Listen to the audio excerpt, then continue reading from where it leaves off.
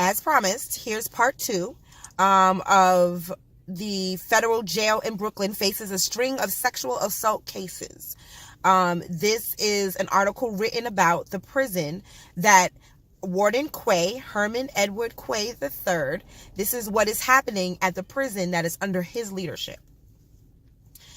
The Metropolitan Detention Center has relatively few female inmates, yet it accounts for a disproportionate number of sexual assault cases involving them. Even the female inmates who keep to themselves realized something was off. There was the way certain correctional officers took a special interest in which female inmates worked on the overnight cleaning crew, and how some of the women returned from cleaning assignments with their mops and buckets dry, apparently unused. Those were hints of what would turn into one of the largest sexual assault investigations to confront the Federal Bureau of Prisons in at least a decade. First of all, did any of you hear about this? I don't remember hearing about this. This article was written in 2017. This wasn't that long ago. I don't remember hearing about this. And it only came up because I was searching the warden. So these are the things that are happening under him. Okay, let me go on. The case became public in May when 3 officers, including 2 lieutenants at the Metropolitan Detention Center in Brooklyn, were arrested on charges of sexually abusing at least half a dozen female inmates. You know what? That arrest part does sound familiar. The alleged assaults were often carried out late night when the inmates were directed to leave their dormitories to clean other parts of the detention center known as the MDC. While most of the assaults cited in the indictments occurred in 2016, prosecutors have suggested that the pattern may have begun years before. In a recent court filing, prosecutors disclosed that an inmate had told the FBI in 1995 that one of the 2 lieutenants indicted in May had raped her while she was on cleaning duty. That accusation did not result in charges. The accusations underscore the particular challenges that officials face in trying to curb sexual predation in correctional facilities. It has been nearly 14 years since the passage of the Prison Rape Elimination Act, a federal law that has been credited with reducing sexual violence and forcing prison authorities to do more to protect vulnerable inmates like juveniles. Oh, that was a terrible thought. That hit me hard.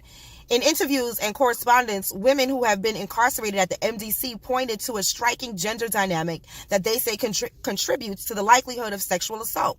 During the overnight shift, an entire dormitory of women was sometimes supervised by only a single male correctional officer, who sometimes in turn supervised by a male lieutenant, inmate said.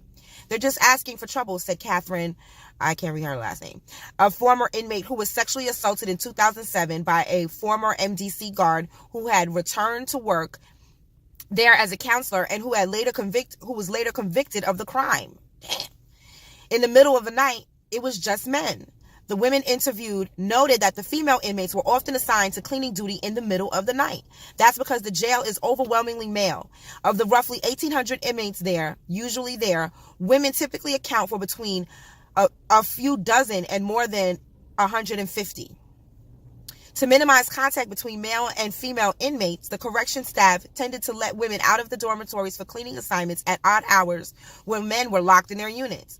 That led to female inmates often being alone or in small groups with male officers during jail's quietest hours, according to court records and interviews. Coming to get someone to do cleaning after hours when we should all be secured in our dormitory, that shouldn't be normal, Ramona Bryant, who was an inmate at the MDC, said. Representative Nadia Velasquez, Democrat of New York, whose district includes the jail, says she was troubled to learn that female inmates might be supervised primarily by men on some nights. I want to get a commitment that if there are women inmates, that there have to be female officers, said Velasquez, who has previously written to the Bureau of Prisons, raising concerns about the conditions of the jail. I've told y'all who's over the Bureau of Prisons. The question is, who was over the Bureau of Prisons back then? A spokesperson for the Bureau of Prisons, Justin Long, wrote in an email that the general practice of the Bureau of Prisons is to have at least one male and one female staff on each shift at correctional institutions housing both male and female inmates. Sex crimes at the jail are not confined to male officers abusing female inmates. 5 years ago, a female correctional officer was impregnated by one of the jail's most notorious inmates, a man who had been sentenced to death for killing 2 police officers.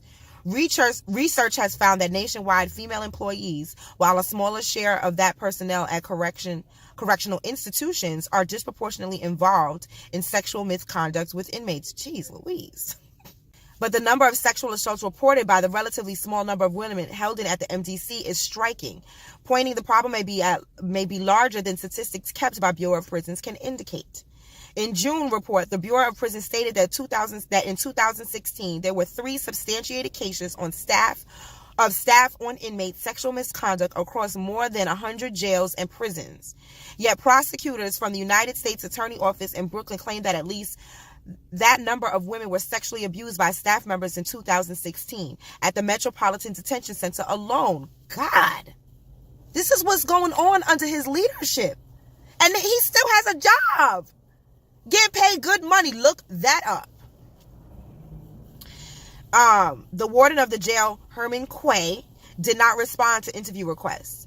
It raises a lot of questions, said Ms. Velasquez, referring to the discrepancy in statistics. Several women incarcerated at the MDC said that few correctional officers did little to hide their sexual interest in certain inmates. A former inmate, Gladys, described in 2013 deposition how in the middle of the night she would listen for the approaching footsteps.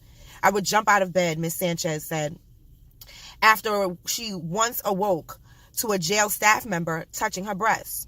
Another inmate said it was not uncommon for certain female inmates to get to share in the pizza or wings that correctional workers often ordered for themselves from nearby restaurants. The food was widely perceived as a reward for providing officers with sex. Prosecutors have in court papers hinted at the possibility that food and sex might be linked, noting that in court papers that one correctional officer ordered food from an outside vendor for himself and Jane Doe 1 and Jane Doe 2 on the same night that the 2 women performed oral sex on the officer. In interviews, a number of women also said it appeared that some of the female inmates were trying to initiate sexual contact with the correctional officers for reasons ranging from loneliness to exploitation. I hear women talk about this all the time. I'll get an officer to do this, I'll claim rape, and I'll get some money and I'll get paid because the government took years away from me, said Lorraine, who was an MDC from 2014 to 2015. It's a crime. Sexual abuse of award for federal correction employees to have sex with federal inmates, regardless of whether the inmate agrees to it, is a crime. In charging the 2 lieutenants, prosecutors said they sometimes use physical force or their administrative power to coerce women into providing sex. One of their lieutenants, this is a lot of stuff. One of the lieutenants, Carlos Richard Martinez, is accused of overpowering and raping an inmate who had been assigned to clean a lieutenant's office. One of the few parts of the jail that is largely out of view of the jail's 600 surveillance cameras. He raped a woman, a drug trafficker from the Dominican Republic, on several occasions, prosecutors said, including one last time before her sentence ended and she was handed over to immigration authorities for deportation. Lieutenant Martinez, who is being held in a New Jersey detention facility, pleaded not guilty. His wife said in an interview that she believed that the accuser had made up accusations in order to stay in the country because she was going to get deported. In court filings, prosecutors have said that Lieutenant Martinez was accused of raping a female inmate in 1995, but was never charged in that case. The other lieutenant, Eugenio Perez, is accused of sexually abusing 4 female inmates in 2016 and attempting to sexually abuse 1 in 2013. The women reported that the assaults occurred while they were assigned to clean the lieutenant's office area. Shortly before sexually abusing 1 inmate, prosecutors say Lieutenant Perez reminded her of how he had previously saved her by ordering her early release from solitary confinement. Child, this is salacious. Lieutenant Perez has pleaded not guilty. Prosecutors have not said whether they suspect he had sexual contact with any other inmates. In interviews, a number of female inmates described Lieutenant Perez as outgoing with a demeanor some found friendly, others found inappropriate. He would sometimes tell female inmates that when we get out, we're all going to hang out, recalled Ms. Sanchez, the former inmate speaking by phone from Ecuador. She recalled one odd encounter. Lieutenant Perez, then a more junior officer, had asked her to introduce him to another inmate, a Dominican girl. For what, Ms. Sanchez said, she recalled asking. I just wanted to chat with her, she recalled the officer saying. So this is what's going on under his leadership. And then on top of that, you are the warden of a prison, yet you don't have plans in place for a disaster? What if this had been a fire? What do you not? I used to work at a school. We used to have to do a certain amount of fire drills every year. How do you not have disaster plans in place? How are there not backup plans in place when things go wrong? But you are the warden of this prison, and then you've got all kinds of string. You heard all of that? That was like a soap opera. That is crazy. And why isn't Me Too on this? Why isn't Me Too on this? They are going around, regardless if the inmate. So basically, an inmate is sexually in a jail is the equivalent of a minor. There's no way that you can consent to sex. All sex between a correction officer and an inmate is illegal. So you're telling me that they're going around doing all this, a whole string of this, and Me Too's not saying a word?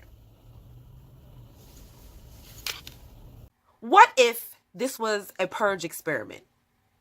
Follow me. You've got inmates where their civil rights are already being impeded upon. Okay. And then you throw them in a situation where you then further remove more human rights. The ability to use the toilet, to be warm, and to eat hot food, and to have lights to be able to see, to not be in the dark. Then you compound that with putting correction officers in the same environment, because I doubt their toilets flushed. We know they didn't have any heat because they were walking around in coats and stuff. And then they're moving ornery inmates in the dark. I wonder sometimes, like, if that couldn't have been an experiment. It could have been a purge situation. They wanted to see what was going to happen when you put these elements together. Think about it.